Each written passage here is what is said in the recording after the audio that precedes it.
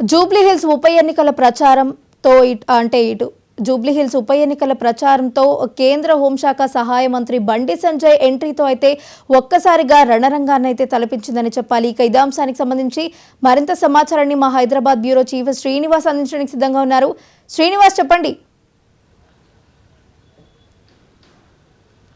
వైష్ణవి, నిన్న మొన్నటి వరకు జూబ్లీహిల్స్ ఉప ఎన్నికల ప్రచారంలో కేవలం CM Revanth Reddy versus BRS working president KTR మధ్య జరిగిందని చెప్పుకోవచ్చు. అయితే ఒక్కసారిగా కేంద్ర మంత్రి బండి సంజయ్ బీజేపీ అభ్యర్థి తరపున రంగంలో దిగడంతో జూబ్లీహిల్స్ ఎన్నికలు ఒక రణరంగాన్ని తలపిస్తున్నాయి. ముఖ్యంగా గతంలో అధ్యక్షుడిగా పనిచేసినట్టు బండి సంజయ్ ప్రస్తుతం కేంద్ర మంత్రిగా ఉన్నాడు. కేంద్ర మంత్రిని బీజేపీ రంగంలో దించడంతో ఇప్పుడు జూబ్లీహిల్స్ ఎన్నికలు త్రిముఖ పోటీగా మారిందని చెప్పవచ్చు.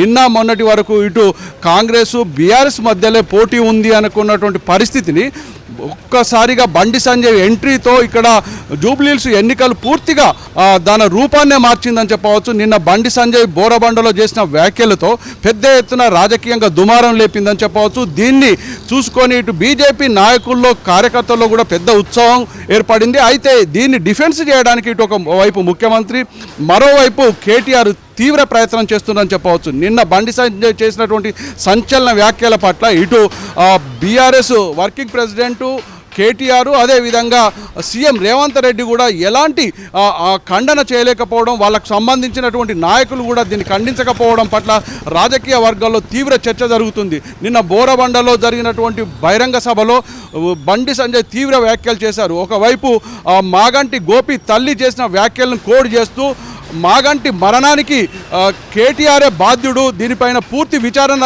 చేయాలి, దమ్ముందా సీఎంకు, ఒకవేళ మాగంటి మృతి పట్ల విచారణ చేసే దమ్ముందా అన్నట్టు ఒక సవాలు విసిరాడు.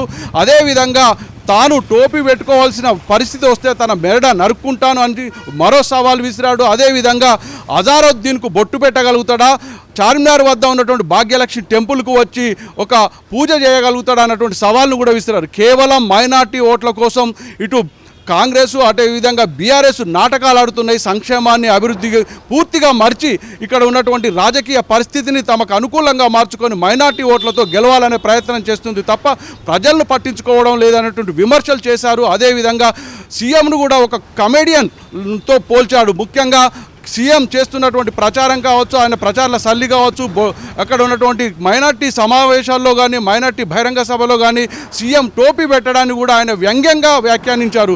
వీటితో ఇటు కాంగ్రెస్లో ఒక విధమైనటువంటి ఆందోళన వాతావరణం, అదేవిధంగా బండి సంజయ్ని కౌంటర్ చేయడానికి కూడా ఇప్పటి వరకు కూడా ఎవరు రాలేదు. అయితే నిన్న మొన్నటి వరకు ఒకవైపు కేటీఆర్, మరోవైపు సీఎం ఉన్నటువంటి ఈ ప్రచార యుద్ధంలో ఈరోజు బండి సంజయ్ ఎంటర్ కావడంతో పెద్ద ఎత్తున ఇటు బీజేపీ వర్గాల్లో ఒక ఉత్సవం కనపడుతుందని చెప్పవచ్చు.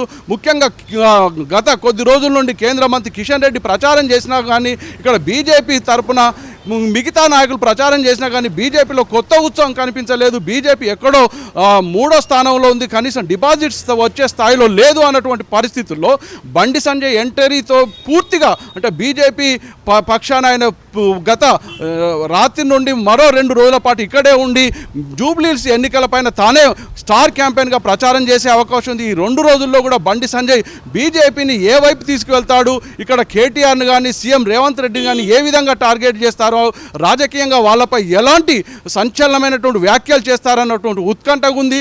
అదేవిధంగా జూబ్లీహిల్స్ ఎన్నికలు ఏ విధంగా మారుతాయి, అయితే పోలింగ్ రోజు కూడా బండి సంజయ్ ఇక్కడే ఉండే అవకాశాలు ఉన్నాయన్నటువంటి బీజేపీ శ్రేణులు చెప్తున్నాయి. ప్రచారంలే కాదు, పోలింగ్ రోజు కూడా ఒక యుద్ధ వాతావరణం కనిపించే విధంగా ఉందని మనం చెప్పుకోవచ్చు. ప్రధానంగా నిన్న జరిగినటువంటి బోరబండ రోడ్ షోలోనే ఆయన చేసిన వ్యాఖ్యలు పెద్ద ఎత్తున దుమారం రేపుతున్నాయి. ముఖ్యంగా మాగంటి కుటుంబ విషయంలో ఆయన చేసినటువంటి వ్యాఖ్యలు మాత్రం ఇటు సీఎంకు ఒక సవాల్ విసిరారు. అదేవిధంగా కేటీఆర్ను టార్గెట్ పెట్టి ఒక కామెంట్ చేశారు. కేటీఆర్ వల్లనే చనిపోయాడు మాగంటి గోపీనాథ్, ఆయనకున్నటువంటి ఆర్థిక లావాదేవీలు కావచ్చు, ఇటు కుటుంబ వ్యవహారాలు కావచ్చు, వాటి వల్ల కాదు, కేవలం కేటీఆర్ ఈ చావుకు కారణం అనేటువంటి విధంగా కుటుంబ సభ్యులు చేసినటువంటి మాగంటి గోపి తల్లి చేసినటువంటి వ్యాఖ్యలు కోడ్ చేస్తూ దీని మీద విచారణ చేయాలన్నటువంటి ఇటు కేటీఆర్ను టార్గెట్ చేయడమే కాకుండా విచారణ పేరుతో సీఎం రేవంత్ రెడ్డి కూడా ఒక సవాల్ విసిరారు.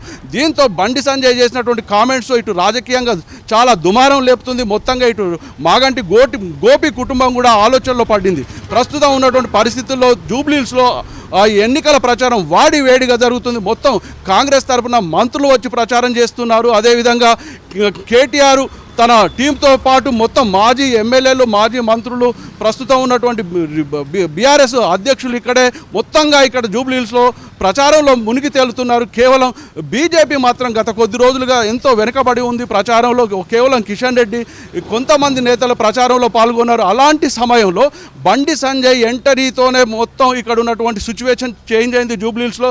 ప్రధానంగా బండి సంజయ్ చేసినటువంటి రాజకీయ కామెంట్స్ మీద ఎలాంటి స్పందన ఇప్పటి వరకు రాలేదు. ఇటు బీఆర్ఎస్ కావచ్చు, అదేవిధంగా కాంగ్రెస్ కావచ్చు, ఎలాంటి ప్రకటన చేయలేదు. ముఖ్యంగా బండి సంజయ్ ప్రోగ్రాంలో ఉన్నటువంటి వాడి వేడిని ప్రదర్శించడానికి ఇక్కడ బీజేపీ నాయకులు కూడా పెద్ద ఎత్తున పనిచేస్తున్నారని చెప్పవచ్చు. ఇక్కడ ఉన్నటువంటి జూబ్లీహిల్స్ నియోజకవర్గంలో ప్రచారంలోకి రావడానికి మిగతా అంటే హైదరాబాద్ నగరంలోని ముఖ్య నేతలందరూ ఆయన ఇప్పటికే ఒక సమీకరణ చేశారు. కిషన్ రెడ్డి బాధ్యతను పూర్తిగా బండి సంజయ్ భుజాన వేసుకొని లంకల దీపక్ రెడ్డి విజయం కోసం పనిచేస్తున్నారు. నిన్న మొన్నటి వరకు కేవలం ఇటు బీఆర్ఎస్ కాంగ్రెస్ మధ్యనే పోటీ ఉంది అనుకున్నటువంటి పరిస్థితిని ఈరోజు మేము కూడా పోటీలో ఉన్నాము అన్నటువంటి బీజేపీ పోటీ చేయడమే కాదు, గెలిచే అవకాశాలను కూడా తీసుకువస్తాము.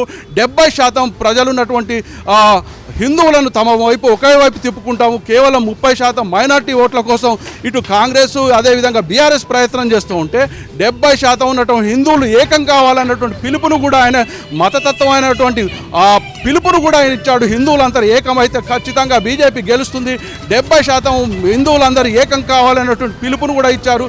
ముఖ్యంగా బండి సంజయ్ చేసేటువంటి రాజకీయ కామెంట్స్ పట్ల ఇటు కాంగ్రెస్లోను ఇటు బీఆర్ఎస్లోను పెద్ద ఎత్తున దుమారం లేపుతుందని చెప్పవచ్చు. వైష్ణవి, శ్రీనివాస్ అయితే మరోవైపు ఇటు నిన్న ఏవైతే బండి సంజయ్ ఏవైతే తీవ్ర వ్యాఖ్యలు చేయడం జరిగిందో అవి దుమారాన్ని రేపుతున్నాయి. ప్రతి ఒక్కరు కూడా వాటి గురించి చర్చించడం జరుగుతుంది. అంటే ఇక్కడ చూసుకున్నట్టయితే ప్రధానంగా ఇటు కాంగ్రెస్కి బీఆర్ఎస్కు మధ్యలో పొత్తుంది, ఆ చీకటి ఒప్పందాలు కుదుర్చుకుంటున్నారు అంటూ కూడా, అలాగే ఎంఐఎంతో కూడా లింకులు పెడుతూ కూడా ఆయన తీవ్ర వ్యాఖ్యలు చేయడం జరిగింది కదా.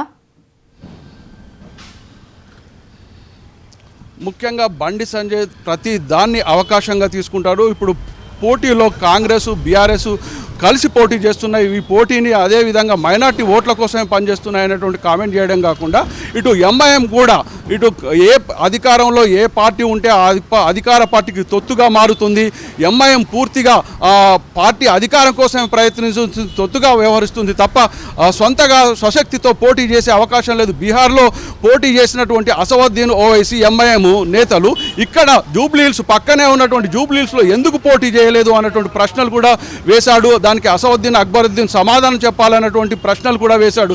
ప్రధానంగా బీఆర్ఎస్ కాంగ్రెస్ ఒకటే తాను ముక్కలు, అదేవిధంగా ఆ పార్టీ గెలుపు కోసం పనిచేస్తున్నాయన్నటువంటి విమర్శలు కూడా చేశారు. మొత్తంగా బండి సంజయ్ వ్యాఖ్యల పట్ల ఇటు బీఆర్ఎస్ కావచ్చు, ఇటు కాంగ్రెస్ కావచ్చు, ఎంఐఎం కావచ్చు, ఈ మూడు పార్టీల నేతలు ఇప్పటి వరకు ఎలాంటి ప్రకటన చేయలేదు. వాళ్ళు ఇప్పటి వరకు తాము డిఫెన్స్లో ఉన్నారు. ఇప్పుడు జరుగుతున్నటువంటి మరో 2